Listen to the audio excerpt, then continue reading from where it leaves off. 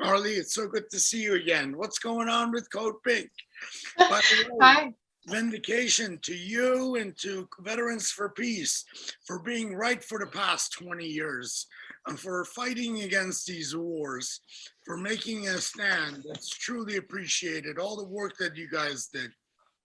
Yeah, thank you. I mean, I would definitely say that about Veterans for Peace and other peace organizations. Barbara Lee, who was, the sole voice in Congress to speak out against these sort of going to war in Afghanistan. I'm wondering, can I get access to share my screen so I can share a short presentation I have? Because I wanted to talk about that specifically, which is spending on our militarized budget since the beginning of the war on terror.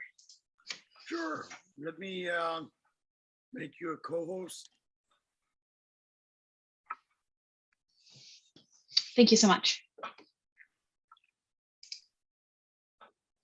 All right, looks like we're good to go. Fantastic. All right, so I just wanted to, start us off, and like you said, Vahid, two of the campaigns I work closely on at CODEPINK are our Divest from the War Machine campaign and also our campaign to cut the Pentagon budget. And so today I want to focus on that specifically and talk about, the real cost of the war on terror in terms of how much we've spent on our militarized budget over the past 2 decades. And, so I'm going to talk about a new campaign actually that we just launched last Sunday to cut the Pentagon for people, planet, peace, and a future. So I'm going to go into that a little bit with people. But first, I just wanted to, talk a little bit about and start a conversation about the amount, just the sheer volume of money that we've spent on our militarized budget since 2001. So there was an important new study out from the National Priorities Project, which really began to calculate the amount of money we've spent on militarization, which includes the Pentagon budget, but also spending on the Department of Homeland Security, militarizing our borders, militarizing our police, right? And they have come up with a total which is $21 trillion since 9/11, which actually is equivalent to at least $300 million a day. So that's how much we've spent on, wars that we not only lost, but have only contributed to greater chaos wherever we go, right?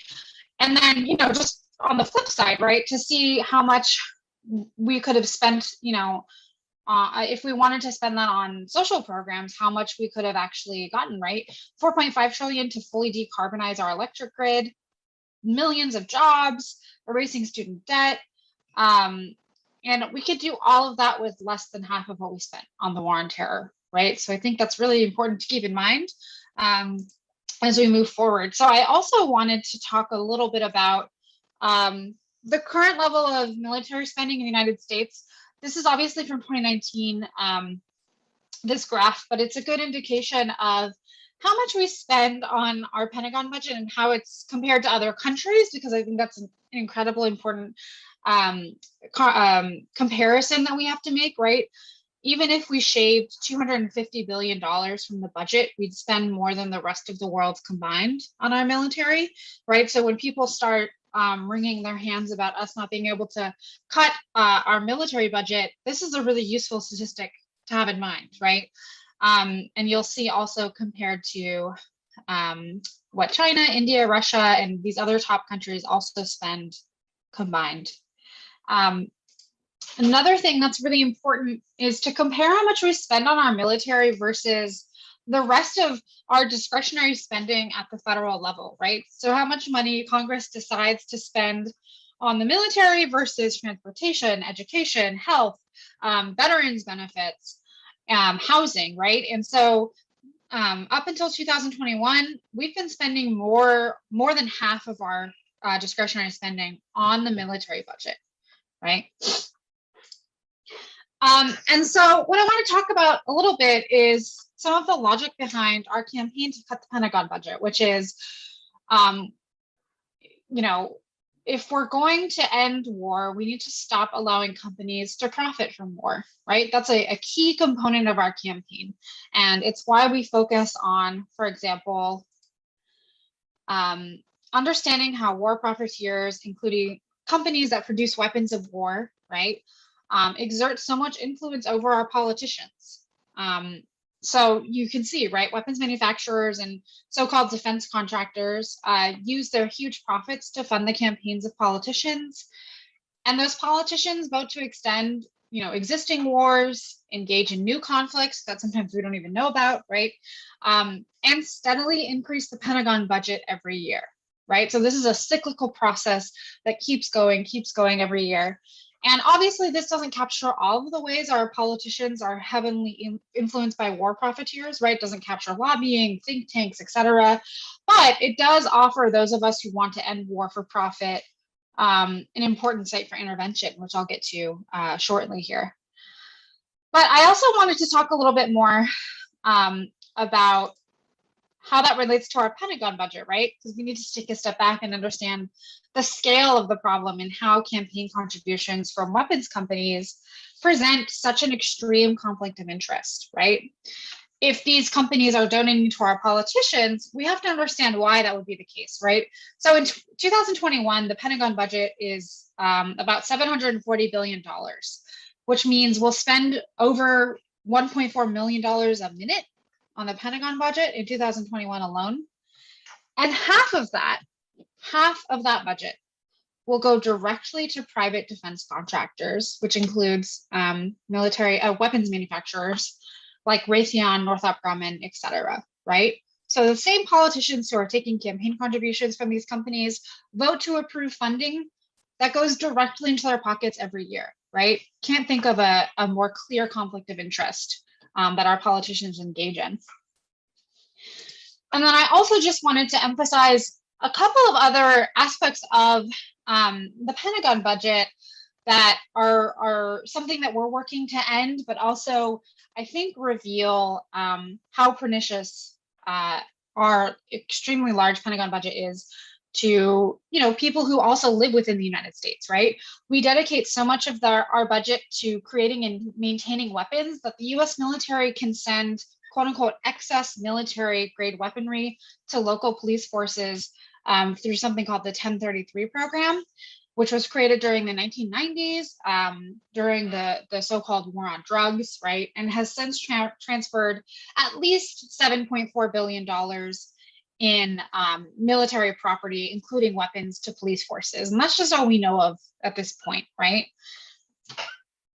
And another thing, and I think this is extremely relevant for today's talk, is tech companies and the military industrial complex, right? So another thing that's important to remember is that actually, over the past decade or so, as you can see on these charts, a larger and larger share of the budget, of the Pentagon budget, right, is also moving towards tech companies. So it's not just Raytheon, Northrop Grumman, who we would normally associate with weapons contractors or companies that contract with the Department of Defense. It's also some of these large tech companies, right, including Amazon, Google, Microsoft, Facebook, Twitter, that are all represented there, right?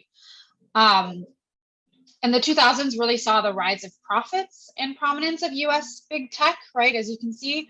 And while tech corporations like the ones I named, right, Google, Amazon, Microsoft, Facebook, Twitter, became more and more a part of our everyday lives, right, over the past decade, they also began providing tools to the US military and government to help fuel the war on terror, right? And you can see that reflected in the graph on the left. So I think that's really important to also keep in mind.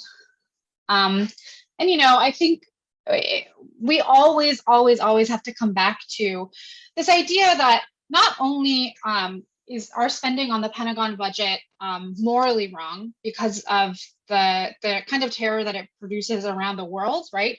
And the utter failure of the war on terror over the last 20 years, but also, right, morally wrong because we could have been spending that on things to alleviate human suffering around the world and also in the United States, right? Every dollar we spend on the Pentagon budget is not a dollar that we're using to end homelessness in the United States, right? And we would only need 10% of the Pentagon budget to do that, or 20% to make college tuition free for 2 years.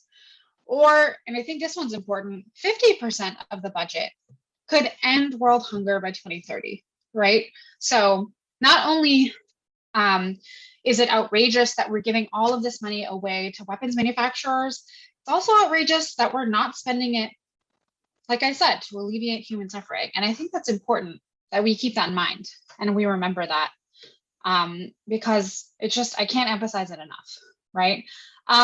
So I do want to sort of move into, conversation of what we can actually do about this. I want to talk a little bit about a couple of tools and resources that we have at CODEPINK, and talk a little bit more about a new campaign that we just launched on Sunday, like I said. So like I referenced earlier, we do demonstrate, right, the very clear conflict of interest where politicians take money from weapons manufacturers and then vote to approve more and more funding for them in the Pentagon budget every year.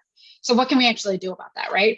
Well, there's a recent study by the Security Policy Reform Institute, which found a direct correlation between contributions from the defense industry and voting to maintain or increase military spending.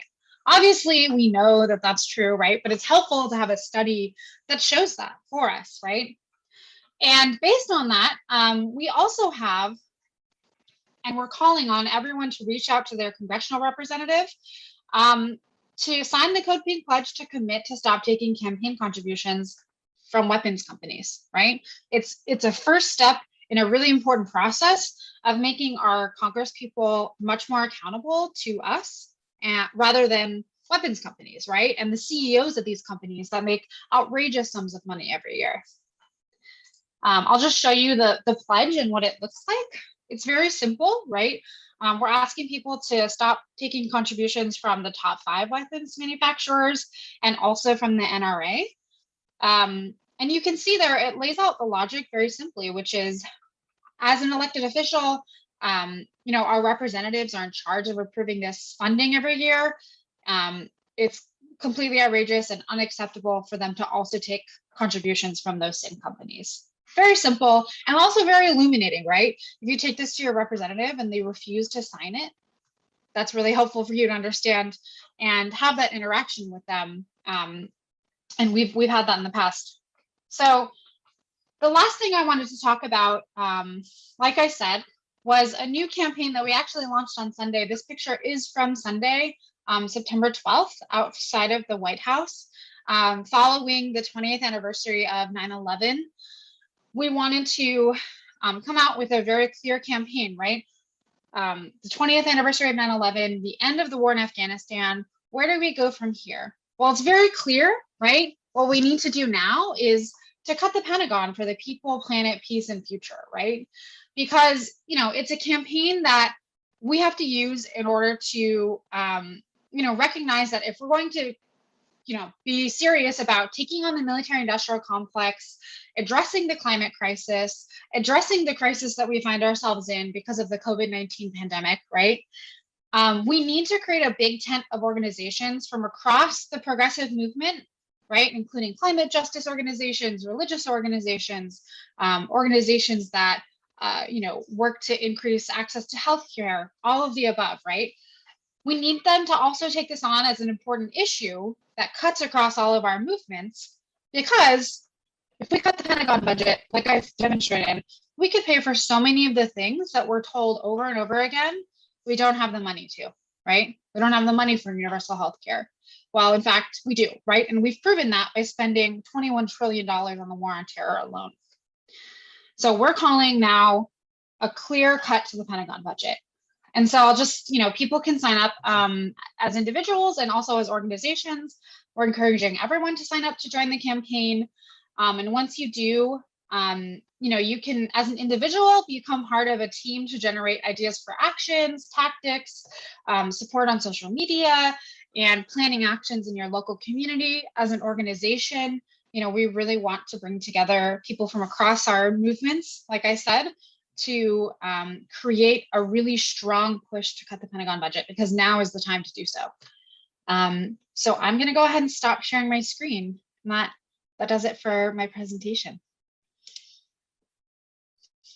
Thank you so much, Carley. Greatly appreciated.